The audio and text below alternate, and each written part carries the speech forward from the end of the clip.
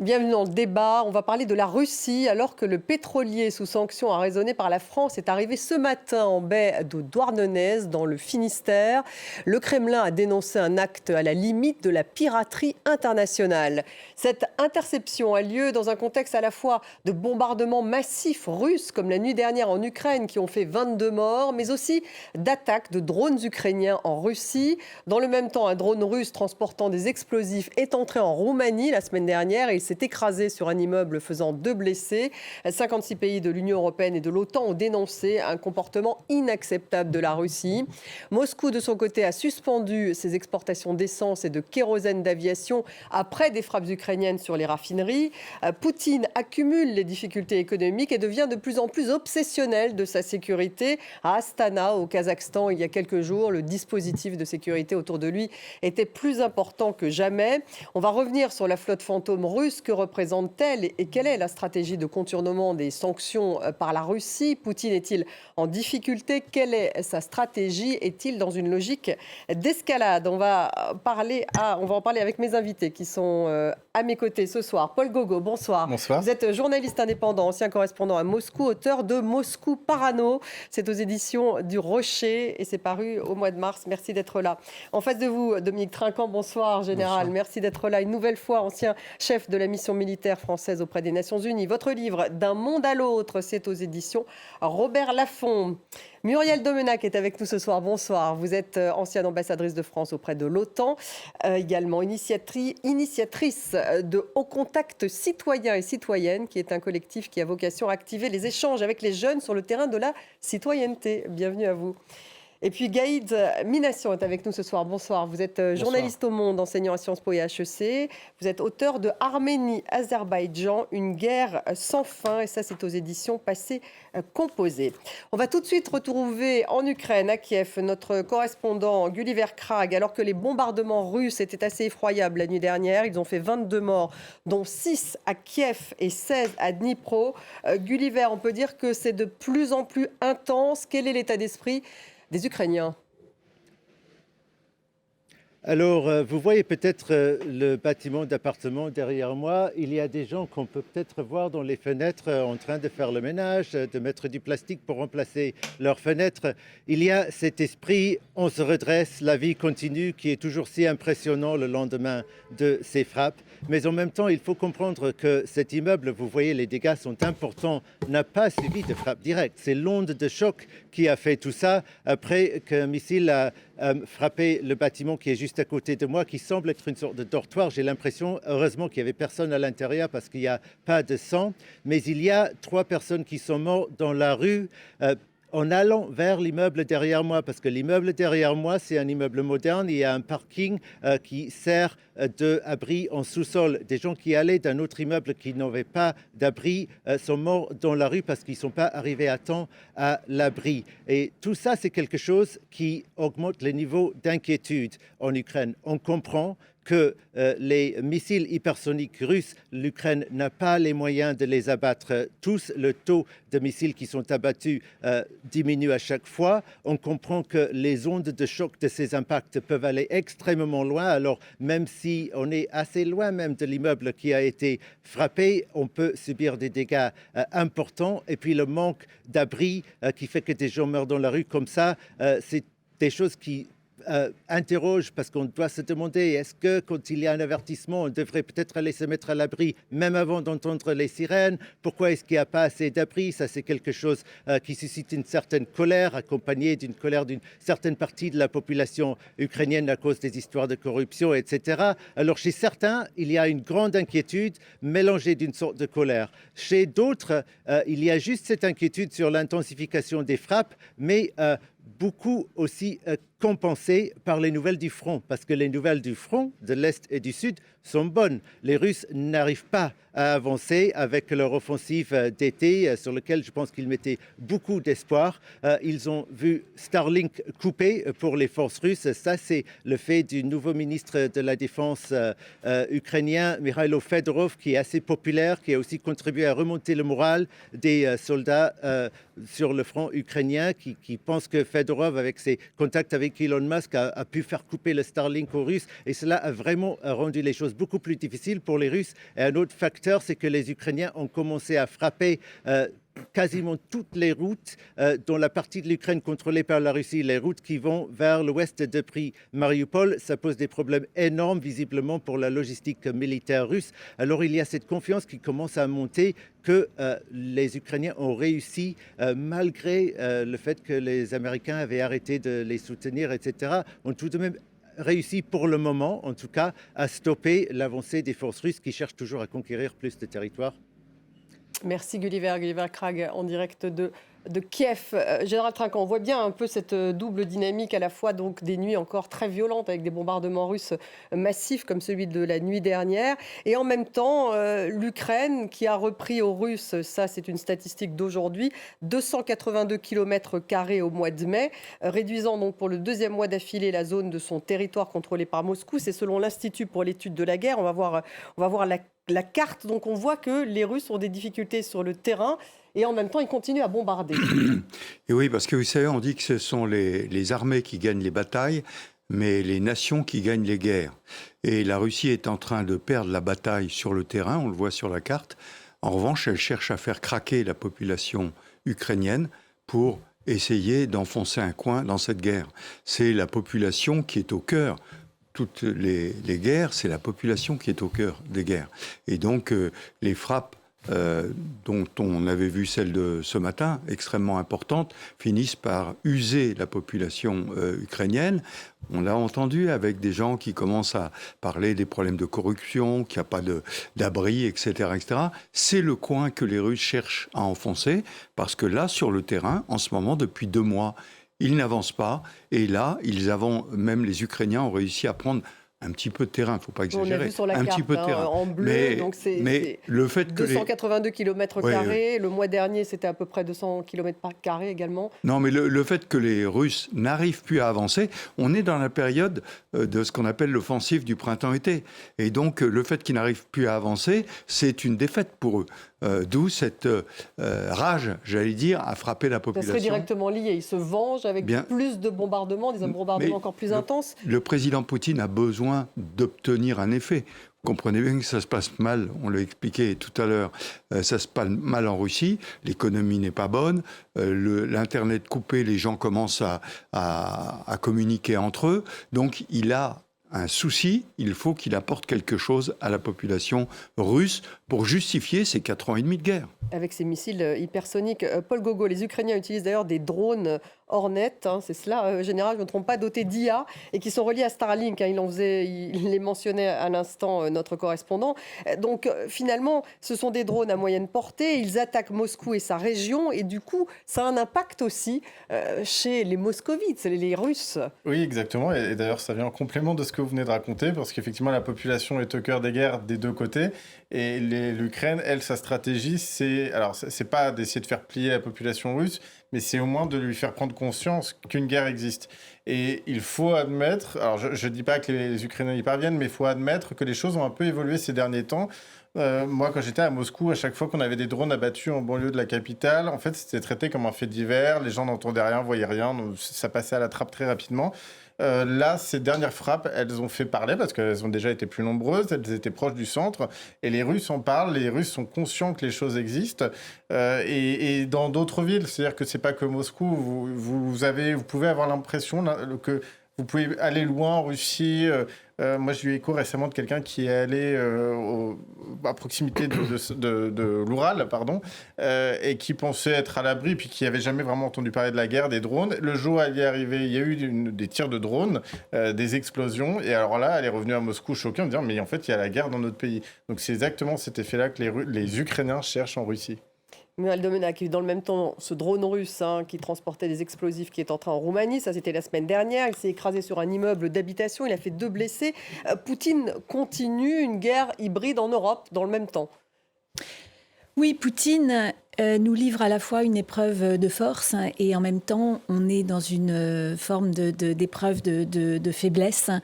C'était une expression qu'utilisait, vous savez, Pierre Asner, qui était un élève, un grand enseignant à Sciences Po, un élève de Raymond Aron. Et la Russie est fixée en Ukraine, comme l'a dit le général Trinquant, comme l'a dit Paul Gauguin, la population russe commence à subir le coup de la guerre. J'étais à l'OTAN avant-hier, un collègue me disait que la survie d'un soldat russe à l'avant, c'est 30 minutes. Les soldats doivent stipendier leur lieutenant pour ne pas être placé en première ligne. Donc tout ça, ça se sait de plus en plus. Donc la Russie, en fait, est dans une situation de faiblesse.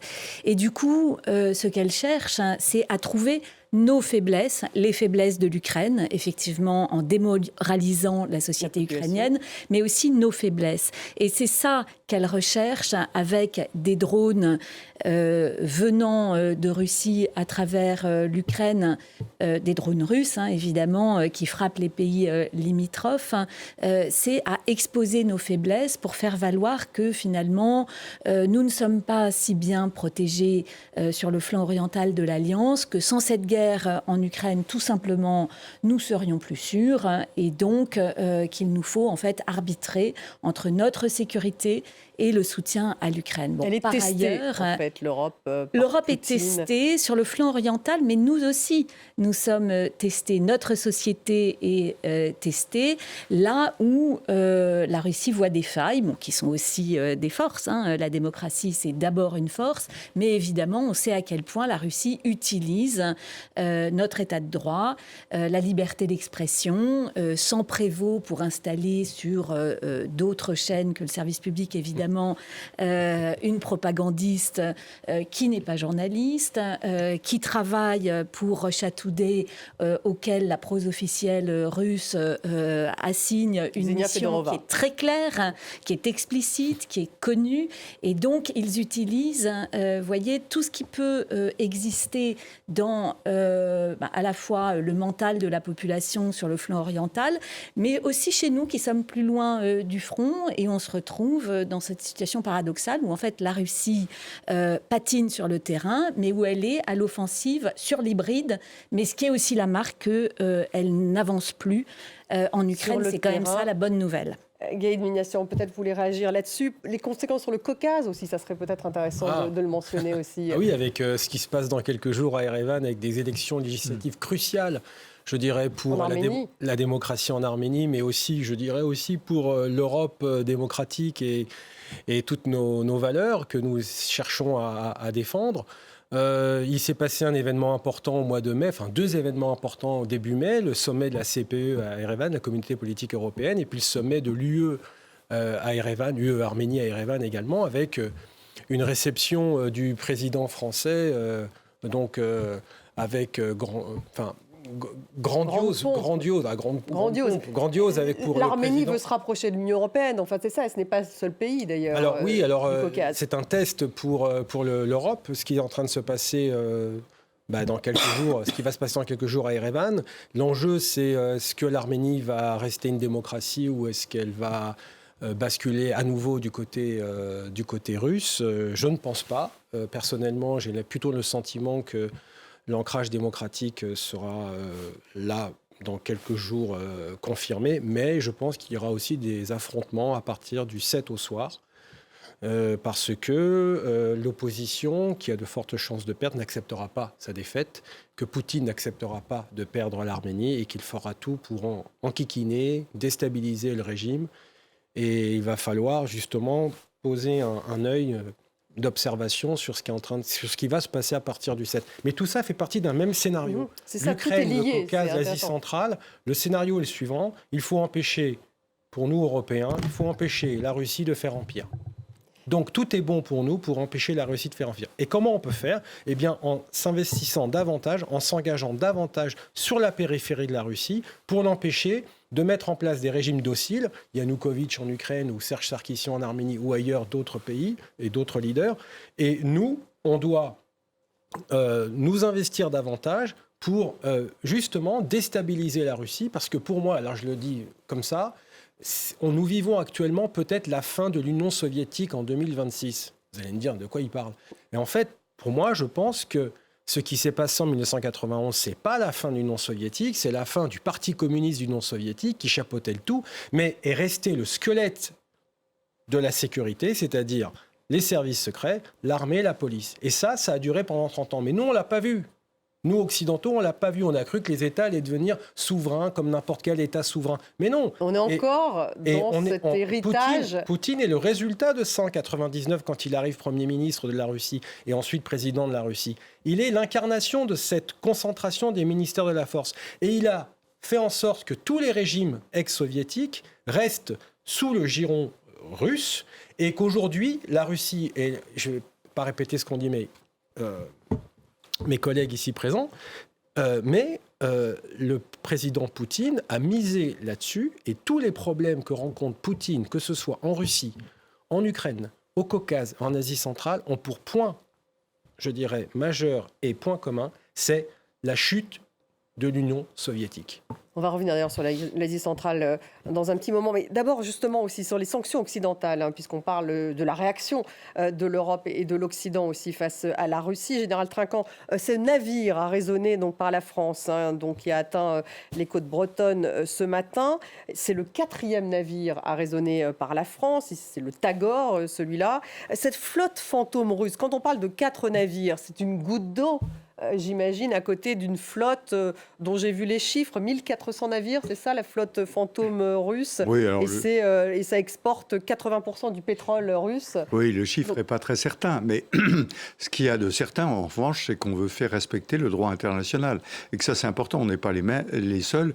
La Suède fait ça dans la mer Baltique, d'autres pays commencent à le faire. Mais est-ce qu'on peut dire que les sanctions fonctionnent quand on résonne 4 navires sur plus de 1000 ? Pardonnez-moi, il ne s'agit pas des sanctions, parce que vous ne pouvez pas arrêter un navire en haute mer sur des sanctions qui n'ont été votées que par les Américains, les Européens et quelques pays. Ce ne sont pas des sanctions internationales. Donc ce qu'on fait respecter, c'est le droit de la mer, dans lequel il ne porte pas le bon pavillon, il déclare qu'il a un pavillon camerounais, ce qui est faux. Donc là, on est en droit, article 101 de la charte, des accords de Montego Bay, on a le droit d'aller vérifier, on vérifie, on s'aperçoit qu'effectivement c'est un faux pavillon, et à ce moment-là, la procédure judiciaire s'enclenche. Alors, on peut dire c'est une goutte d'eau, vous avez raison, mais il faut... Non, c'est une question. Non, mais je veux dire par rapport, évidemment, 4 bateaux à côté de 500 ou de 1000, c'est pas grand-chose. Mais il faut le faire parce que ça leur coûte cher. D'abord, l'immobilisation coûte cher. Oui. Ensuite, les amendes, bien sûr, coûtent cher. Et puis, ça montre... C'est à quelle hauteur, ces amendes? On a une idée? Ça dépend. Il y en avait une à 150 000, une autre à 2 millions. Ça dépend un petit peu de ce qui a été retenu. Parce que ce qui est retenu aussi, c'est non seulement le défaut de pavillon, mais en plus le refus d'obtempérer. Le bateau, on lui dit de s'arrêter, il ne veut pas s'arrêter. Refus d'obtempérer, ça fait une faute supplémentaire. Donc voilà, je crois qu'il est important de rappeler qu'on fait respecter le droit international. Là, on est en pleine mer. Mais vous savez, quand la Baltique, on sort forcément entre la Norvège et le Danemark. Donc c'est quand même plus facile. Quand vous sortez de la Méditerranée, vous passez entre l'Espagne, le Royaume-Uni, puisqu'il y a Gibraltar, et le Maroc pas loin, donc vous pouvez aussi intervenir. Donc je pense que c'est une pression supplémentaire, en plus des frappes ukrainiennes qui sont faites sur les raffineries et qui empêchent de produire du pétrole et de le sortir. Donc là, la Russie a un problème. Elle va probablement le régler pendant 3 mois en passant par le couloir du Nord-Est pour aller de Russie en Chine. À ce moment-là, ils peuvent passer uniquement par les eaux territoriales russes, exactement. Mais dans le reste de l'année, ça les ennuie quand même d'avoir ces arraisonnements. Muriel Domenach, vous vouliez réagir? Oui, parce que c'est vrai que ces bateaux vont vers la Chine. Le contournement des sanctions, il est quand même assez facile pour la Russie. C'est 80%, effectivement. Et ça, c'était un navire citerne. C'est franchement important que la France ait après elle, mais on a été parmi les premiers, parviennent à intercepter, à arraisonner dans des conditions juridiques sûres un tel navire citerne. Effectivement, dans le cadre de la Convention des Nations Unies sur le droit de la mer, c'est l'article 110, défaut de pavillon. Et vous voyez, on a été aidé par le Royaume-Uni. Et en fait, ça fait pression sur la Russie pour utiliser son propre pavillon. Du coup, vous voyez, c'est dissuasif. Même s'il s'agit de 4 navires, vous pensez aussi que c'est dissuasif? Évidemment, c'est dissuasif. La jurisprudence qui a été expérimentée déjà en France, le général y faisait référence, les 150 000 euros d'amende, en particulier en septembre 2025. Ceci, en fait, ça contraint, ça fait pression pour que des États pavillonnaires comme ça, de circonstances, se détournent en fait de ces navires et que les Russes soient contraints d'utiliser leur propre pavillon, ce qui les oblige en fait, alors là pour le coup ça les soumet aux mesures restrictives de l'Union européenne, ça les force à des coûts logistiques supplémentaires, donc c'est une bonne manœuvre, il faut le dire, et j'insiste même tout si à l'heure elle reste sur le fait rare. Il faut le dire aussi. Ça fait quand même le 4e depuis septembre 2025. D'autres le font. Donc, en fait, on est en train d'établir une manière d'agir face aux actions hybrides de la Russie. Encore une fois, la Russie cherche à utiliser les failles du système juridique que nous respectons. On n'arraisonne pas en haute mer comme ça, sauf conditions particulières. Elle cherche à utiliser nos failles. C'est important de combattre avec nos forces. Et nos forces, c'est la démocratie et c'est le respect du droit international. On le fait dans des conditions juridiques sûres et il est évident que s'il y avait la moindre faille, les Russes auraient fait des recours sur les arraisonnements. On parle de piraterie, évidemment, internationale. Oui, mais ça n'est qu'un élément de langage. Ils ne poursuivent pas. Et encore une fois, c'est dissuasif et ça ne peut que réduire la flotte fantôme. Paul Gogo, cette flotte fantôme, c'est un mode opératoire classique de la Russie puisqu'elle exporte ce pétrole sous sanctions occidentales à la Chine, à l'Inde aussi, beaucoup. Oui, exactement. Et même depuis le début de la crise iranienne, il y a quelques pays, pas forcément des grandes nations, mais des pays qui sont venus frapper à la porte du Kremlin en voyant notamment d'ailleurs que les Américains relâchaient un peu la pression sur les questions pétrolières. Donc sont venus frapper à la porte du Kremlin en disant nous, ça nous intéresserait peut-être d'obtenir votre pétrole. Donc le Kremlin a su jouer un peu là-dessus, mais effectivement, ça a ses limites. Vous faisiez référence... Il a un peu profité de la guerre en Iran pour ça. Oui, et ça a apporté un petit peu de respiration. C'est vrai qu'en janvier, on a commencé l'année avec un budget au Parlement qui devait être voté au Parlement russe, qui était très, très, très pessimiste. Et qui a été totalement regonflé, remonté à la hausse après la crise iranienne. Mais enfin, il faudrait que ça dure quand même un certain moment, cette crise, pour que le Kremlin puisse en profiter. Et puis en fait, ça a vraiment ses limites. C'est-à-dire que le Kremlin en profite dans un premier temps, mais il y a un moment aussi, il en paye les conséquences. Donc c'est pas une stratégie sur le long terme de la part de Vladimir Poutine de dire il faut que ça continue, que le bazar continue en Iran.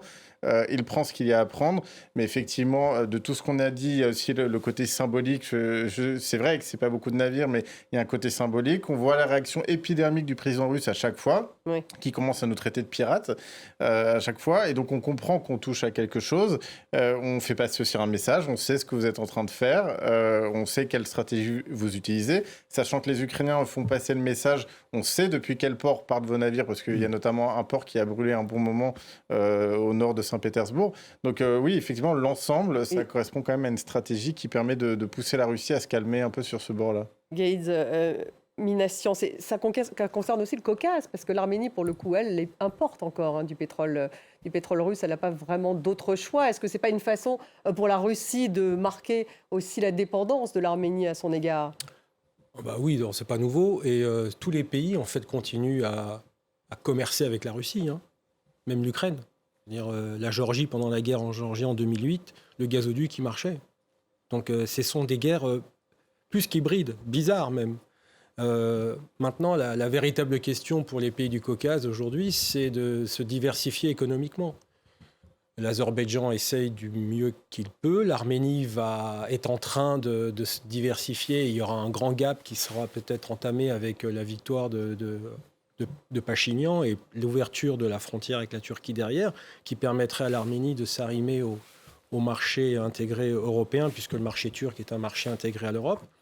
Donc il y a ce risque-là pour Poutine. Il ne peut pas prendre de sanctions contre l'Arménie de manière trop forte, parce qu'il a besoin même du petit marché. L'économie russe ne va pas bien, on l'a dit, et donc la moindre occasion est bonne pour gagner des millions pas de roubles, mais d'euros pour Poutine. Et la normalisation des relations entre l'Arménie et l'Azerbaïdjan fera aussi le jeu de la Russie. Mais il n'en veut pas de cette normalisation. Parce que le propre d'un empire, c'est de jouer sur la conflictualité, pas sur la normalisation. Poutine veut une chose, la Russie veut une chose depuis 250 ans dans le Caucase ou même à l'extérieur du Caucase, en Europe orientale comme en Asie centrale. C'est je ne veux pas de régime, je ne veux pas d'État fort à mes frontières. Je veux des régimes dociles. Je ne veux pas de frontières à mes frontières. Je ne veux que des fronts. Or, le propre d'un État souverain, c'est l'inverse. C'est pas de front que des frontières.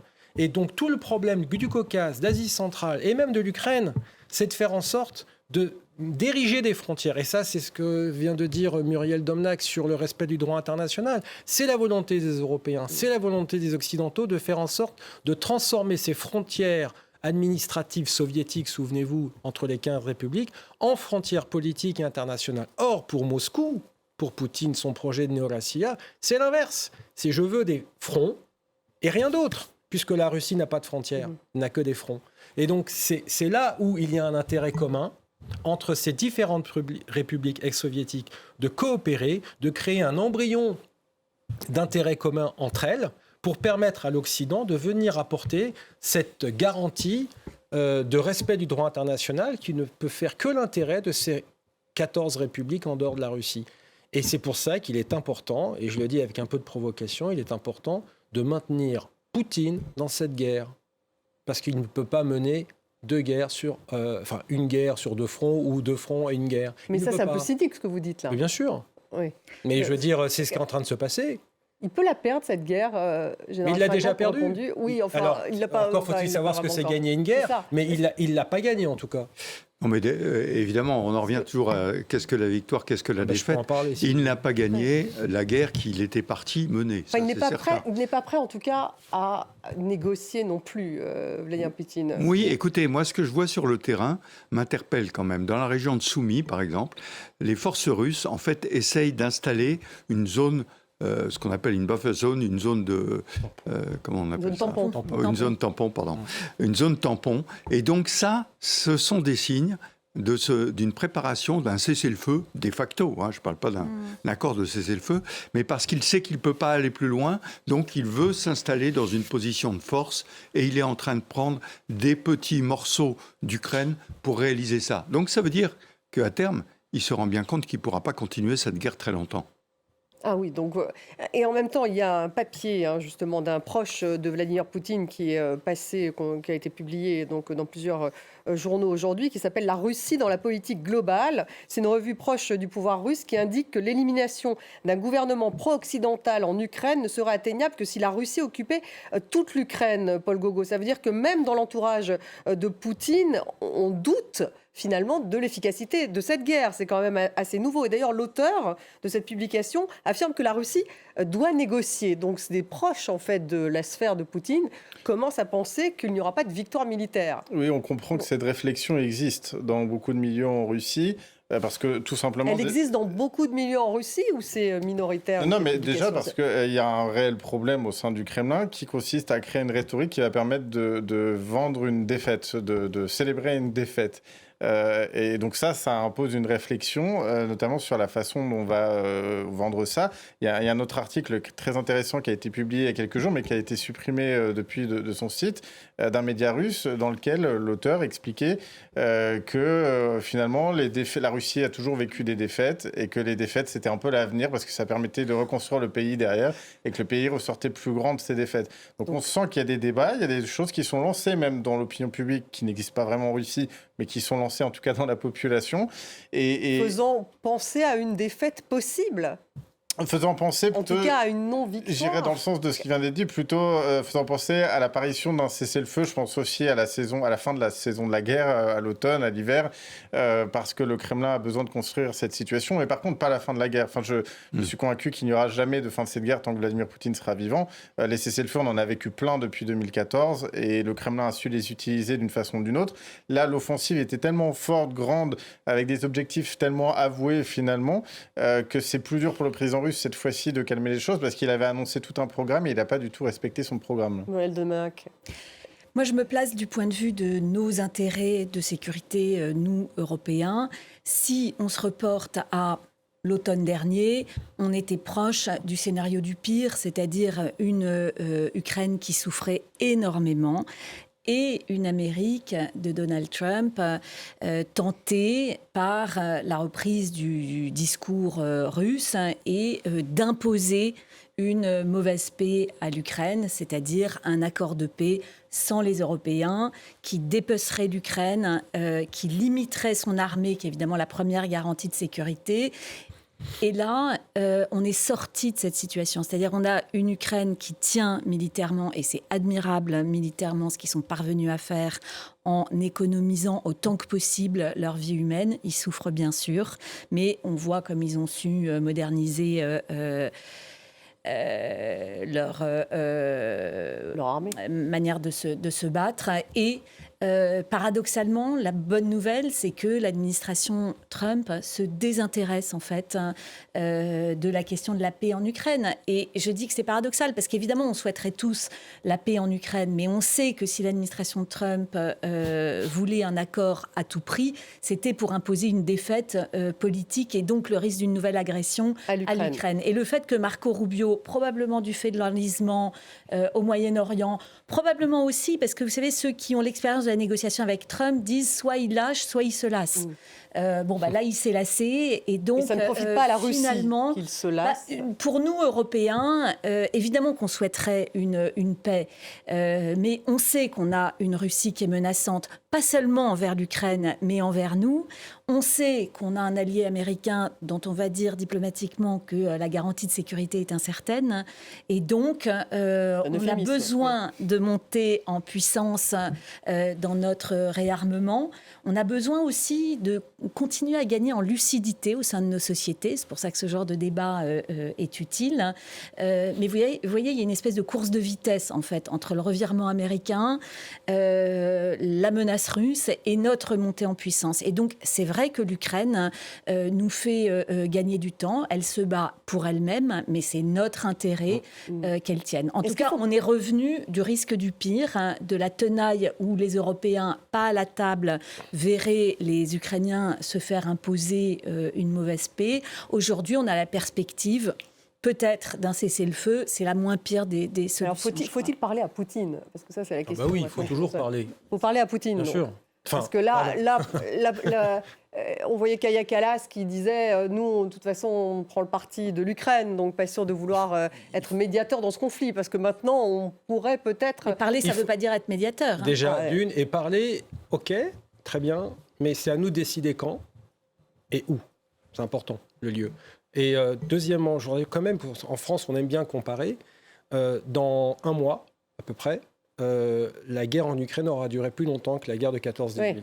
Même que la Seconde Guerre mondiale, me semble-t-il, de l'affrontement entre la Grande Guerre patriotique. Oui, la Grande Guerre patriotique. Oui, mais ça, c'est un autre imaginaire. Mais pour nous, Français, qui avons vécu, enfin pas moi, mais nos aïeux qui ont vécu la guerre de 14-18, faut comprendre ce que ça veut dire et l'impact de cette guerre sur nos consciences et dans la société française. Donc, qu'est-ce que ça signifie pour Poutine d'avoir une guerre qui va durer plus longtemps que 14-18 ?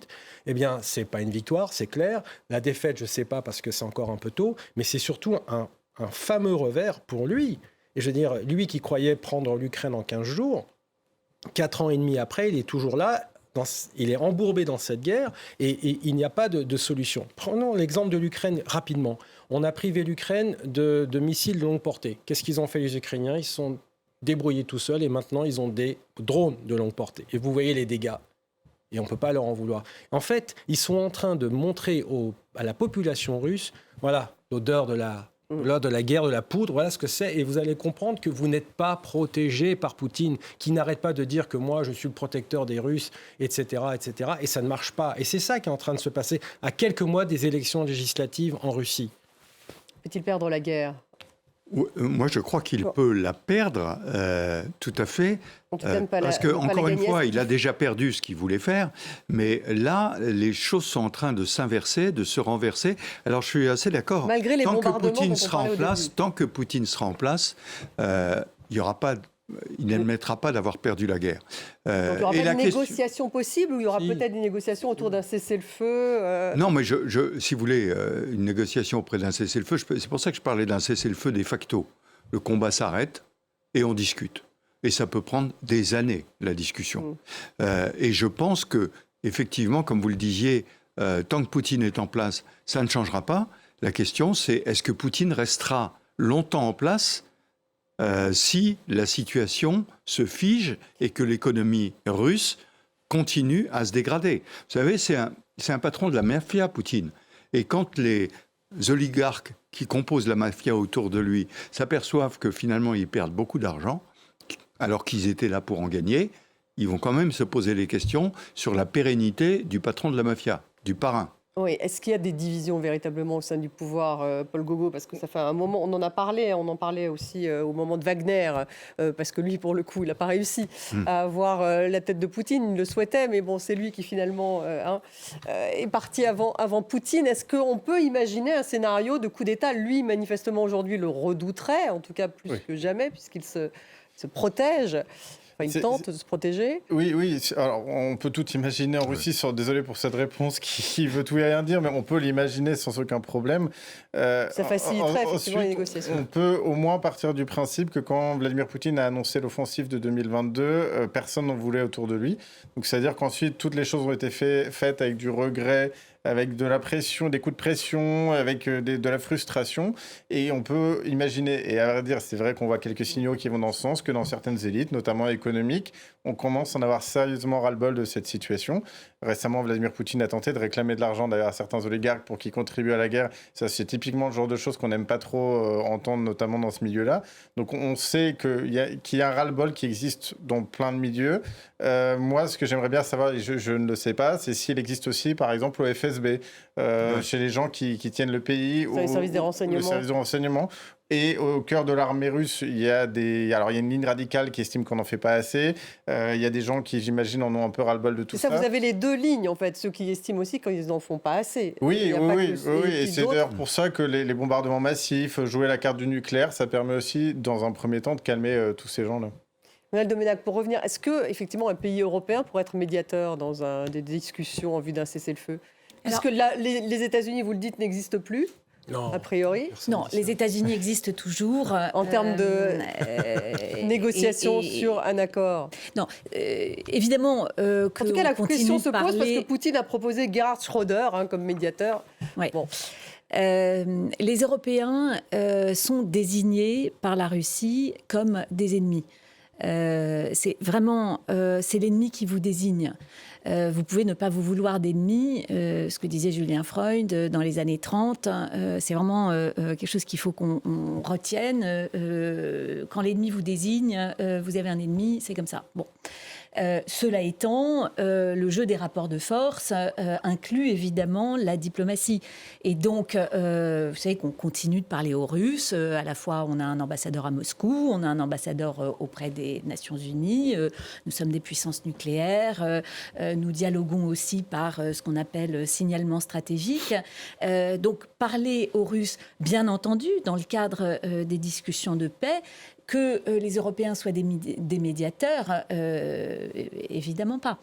Mais donc, qui pourrait, est-ce que vous comme diplomate, vous imaginez des scénarios où il parlait de Gerhard Schröder, bon, probablement pas la bonne personnalité. Il y a une personnalité qui s'appelle le secrétaire général des Nations Unies, Antonio la Russie est membre permanent du Conseil de sécurité des Nations Unies. C'est d'ailleurs l'un des aspects les plus surréaliste pour nous, diplomates de cette guerre, qu'un membre permanent du Conseil de sécurité des Nations Unies, sous sa présidence d'ailleurs en plus en 2022 du Conseil de sécurité, en ait agressé un autre. Mais voilà, on a des personnalités comme le secrétaire général des Nations Unies qui sont tout à fait indiquées pour assumer le rôle de médiateur. Après, Zelensky qui dit à l'instant qu'ils attendent une nouvelle attaque massive ce soir, hein, donc cette nuit. Donc, oui, mais la Russie cherche à si vous voulez, à fatiguer le peuple ukrainien. La Russie est vraiment dans un moment d'impuissance. Et vous savez, j'ai lu quelque part aujourd'hui que Mishima disait le vice, c'est parfois le substitut de l'impuissance. Et donc là, il y a une espèce de cruauté de la part de la Russie, mais qui est le produit de son impuissance. Elle est bloquée, ensuquée. C'est l'ours blessé, encore plus féroce. La nouvelle vague de guerre, ce sont que des guerres d'impuissance. Même les États-Unis avec l'Iran, oui, c'est vrai. Une guerre d'impuissance. Guerre asymétrique aussi. Oui, guerre asymétrique, mais vous annonciez une future attaque. Le gros problème des Ukrainiens aujourd'hui, c'est que... C'est quand même le parapluie. Non, mais ils ont une capacité anti-drone exceptionnelle, mais pas anti-missiles. Et il leur manque des missiles anti-aériens. Et là, les Américains disent, bah oui, mais on en a besoin dans le Golfe, donc on vous les envoie pas. Et donc, les Européens ne peuvent pas se substituer. Mais on n'a pas, vous savez, le missile qui peut remplacer les Patriotes, c'est les Mamba, qui sont faits entre l'Italie et la France. Mais enfin, on en a 4. On a 4 systèmes. Donc, le temps de faire monter en puissance la fabrication de tout ça, puisque les Danois ont commandé, ça commence. Mais l'Europe, après 30 ans de désarmement, réarme. Mais on ne réarme pas en 4 ans ce qu'on a désarmé en 30 ans. Ça prend du temps. Et alors, en plus, quand il y a la guerre, il y a les priorités à mettre en place, c'est compliqué. Et donc, on n'est pas vraiment en mesure de remplacer le matériel américain qui, au passage, eux ne sont pas en mesure de le faire non plus, parce que s'ils en ont besoin de là, ils ne peuvent pas le donner aux Ukrainiens. Donc Zelensky peut continuer à leur demander ces fameux patriotes. C'est un problème de priorité pour les Américains, après. Il ne les obtiendra pas. Merci beaucoup d'avoir participé à cette émission. Paul Gogo, Gaël Minassian, Dominique Trinquant, merci beaucoup. Muriel Domenac, voilà ce qu'on pouvait dire donc, sur... ces bombardements, Zelensky qui affirme encore qu'il va y avoir de nouveaux bombardements russes en Ukraine, encore une attaque importante cette nuit. Merci aussi d'ailleurs à notre correspondant qui était au tout début avec nous, Gulliver Crack.